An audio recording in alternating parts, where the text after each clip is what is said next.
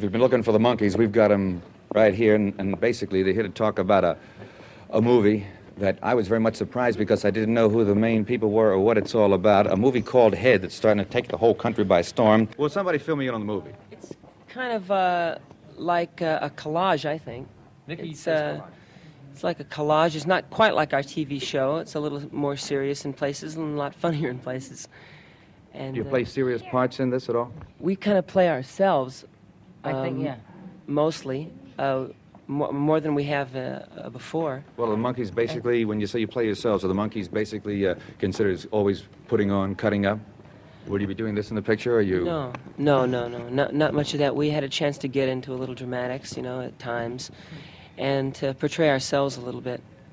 Real life selves. Rather than just running around. There's like cutting up and stuff on it, but it's not in the same way that we do it on the television show. I mean, we do that really alive, unlike in person, but we do it differently than the way you saw us do it on the television show because that was like a year ago. Mm-hmm. The movie is now, and I think maybe we're putting some people on, but it's different. We have Victor Matures in the movie, and Annette Funicello, and Ray Nitschke, Carol Doda. We have a lot of losers in the movie, you know what I mean? We take little bits out of different movies, like we have a little war sequence, and we have a western sequence, and we have a fight sequence, and we have A sequence? a sequence. And a pontifical sequence. Yeah, there's all kinds of different things, like different people are going to get different things out of the movie. I think the kids are going to get maybe monkey TV time out of the movie, but the adults will see it much differently, and I think young adults will see it much differently than the adults or the little ones. The most fun was the character assassination. What's that all about? Well, that you have to see the movie for that to make any sense, but just keep that in mind. We had a lot of fun at the Monkees' expense.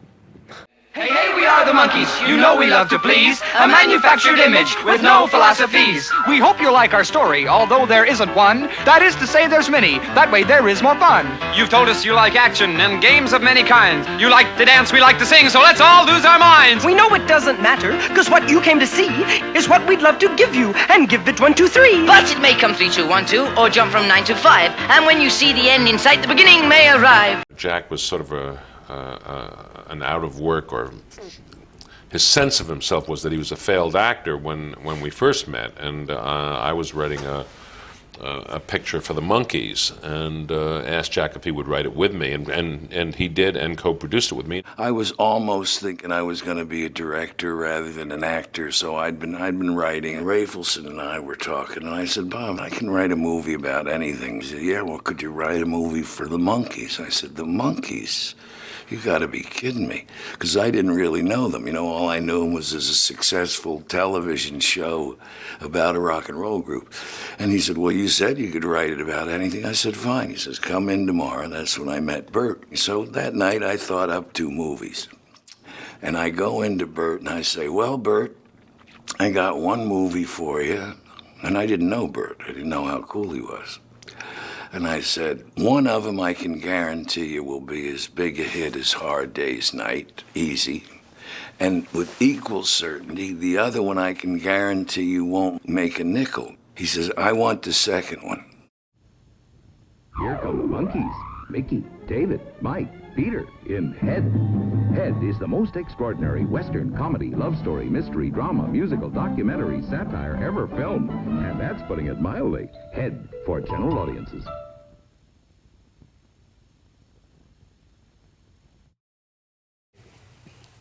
Thank you. Think nothing of it. Anybody else? Yeah. It's tarty, isn't it? Yeah.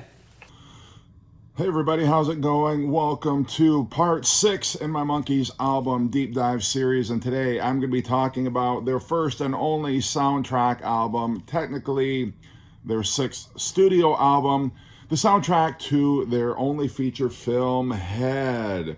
This was released in November of 1968, and the soundtrack itself was assembled by Jack Nicholson, actor. Of course, we all know Jack Nicholson, but he at the time was a relatively unknown actor, and he was seeing himself as being a screenwriter. So he wrote the screenplay for the movie Head, along with some input from Bob Rafelson and the Monkees, who spent some time in California brainstorming ideas, allegedly under the influence of LSD. But the movie itself, and it's hard to talk about this soundtrack without talking about the movie, because there is a lot of movie dialogue, albeit in a very disjointed, disconnected form here. But I love the way this album flows. Only 6 Monkey songs are on this album, and the rest of it is all snatches of dialogue from the actual movie, which Jack Nicholson put together. But I love the way it flows, and I heard this soundtrack before I ever saw the movie, and if that's your experience, it really doesn't make a whole lot of sense. You're not sure exactly what is going on. And even when you see the film, watching the film, you're not even sure what's going on. I happen to love the movie. I know there's people who walk into the movie expecting it to be a 90-minute version of the TV series, which it is not. But I can tell you, Head is one of my favorite movies because it is so weird. It's very hard to describe what the movie is. It's very surrealistic, and in some ways it feels like it's paying tribute to all the various genres of movies. It's also, in some spots, an anti-war commentary. In some spots, it's very hilarious. And just not knowing what is going on and what's coming next. And there's really... it's such a break from reality, and certain parts of the movie feel like the TV show, and then other parts of the movie are totally outside the realm of anything you would have expected from the Monkees, and that's what I love. It subverted expectations. Not only did the movie subvert expectations, but the soundtrack subverted expectations of what a soundtrack album is. So I'm not going to sit here. I'm not a movie critic. I'm not going to give a long, protracted commentary on the movie itself. I will tell you, I absolutely love it. But I understand there's going to be people who it makes no sense to, and they hate it. So that being said, that's all I'm going to say about the film itself. And so let's get into the soundtrack album. This is my only copy, by the way. It is the Rhino reissue from 1986 with the glorious hype sticker on it. But anyway, so every track on here is labeled as a band. I'm not sure why. Band A is Opening Ceremony. Band B is Porpoise Song. So every track on here is labeled as a band. I don't know what that means, but it just is. So Band A is Opening Ceremony, which is the beginning of the movie. There's a ribbon cutting ceremony for a bridge, and the Monkees go running through the ribbon, and they jump off the bridge, seemingly committing suicide. So that's basically what Opening Ceremony is. It's also got some, it's sort of, I guess you might say, an overture to the album. You've got pieces of dialogue, pieces of songs, all woven together in this opening ceremony. But the best I can say is that it really works like an overture to the album. And then we have the fantastic Porpoise Song, which is a Goffin and King composition, one of the most gorgeous pieces of music that the Monkees ever recorded. It has a psychedelic vibe to it, but it's very melancholy. Mickey's vocal is just fantastic, suits it perfectly. You got a lot of organ here. It's very spacey and trippy. Absolutely love Porpoise Song.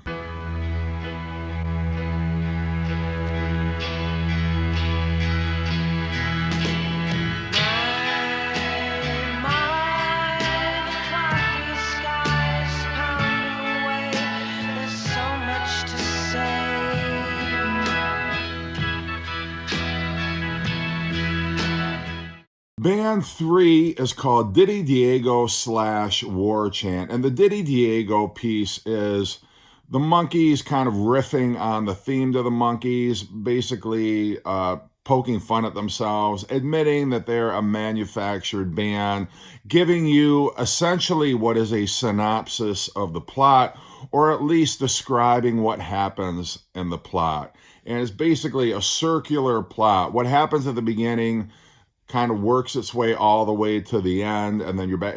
You have to watch the movie to understand what I'm talking about. But the Diddy Diego section of this song works to give you an idea of the framework for the film, and also kind of poking fun at themselves. And then the war chant is also another piece from the movie. It helps if you've seen the movie, but basically the Monkees are dressed as cheerleaders, and they are each wearing a letter war with an exclamation point. That's what that is. And then we go straight into Circle Sky, which is not the version that you hear in the movie. The version you hear in the movie was performed live. This version is the studio recording. I know it pissed Peter Tork off that Mike Nesmith put the studio version and not their live version on here, because none of the Monkees, I think with the exception of Mike Nesmith, play on the studio version.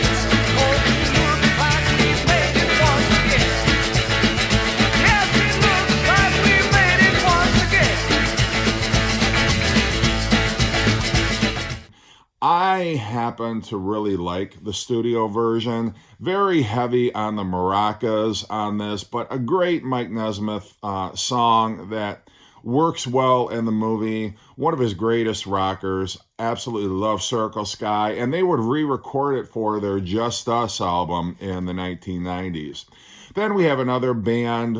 Band 5 is called Supplicio, which is more dialogue from the movie. We have next one of two Peter Tork compositions, which, I mean, after having no input at all, nothing to contribute outside of the piano part on Daydream Believer from Birds, the Bees, and the Monkees, now we've got two songs from Peter Tork, and they are fantastic. Both of these songs I am a huge fan of. Can You Dig It is the first song that we get. And it's got a little bit of a Middle Eastern theme here. Got a great rhythm.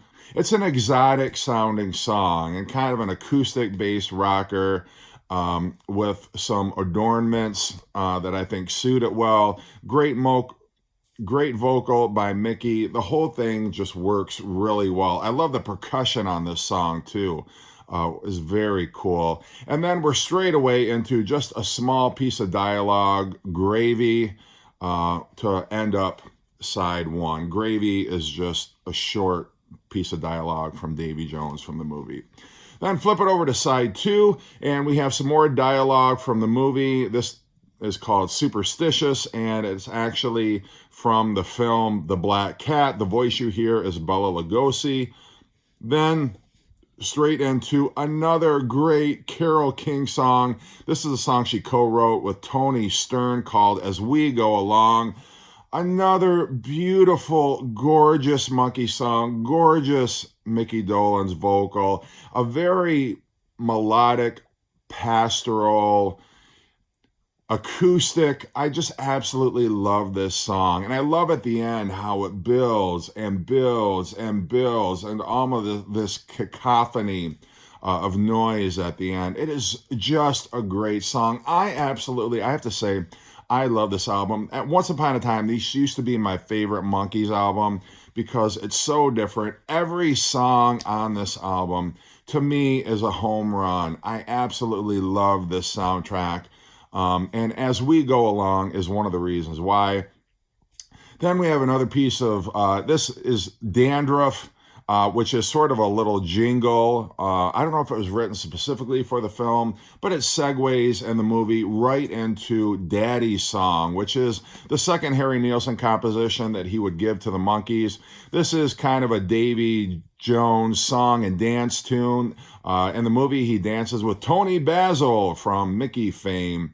And You know, as much as I give Davy Jones a lot of crap, I love this section of the movie. I think it works really well. I love to see him dancing with I'm a Sap. I love to see him dancing with Tony Basil. I love that Harry Nilsson song.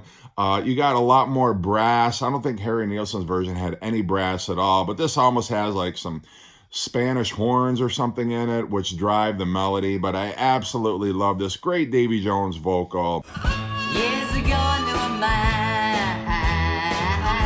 He was my mother's biggest fan. We used to walk beside the sea, and he told me how life would be when I grew up to be a man. Works perfectly for me.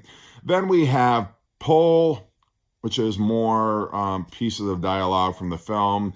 Then the great Peter Tork song, long title, Do I Have to Do This All Over Again? A great psychedelic acid rocker. Very cool. This is probably my favorite Peter Tork song. I love this track. It is so cool.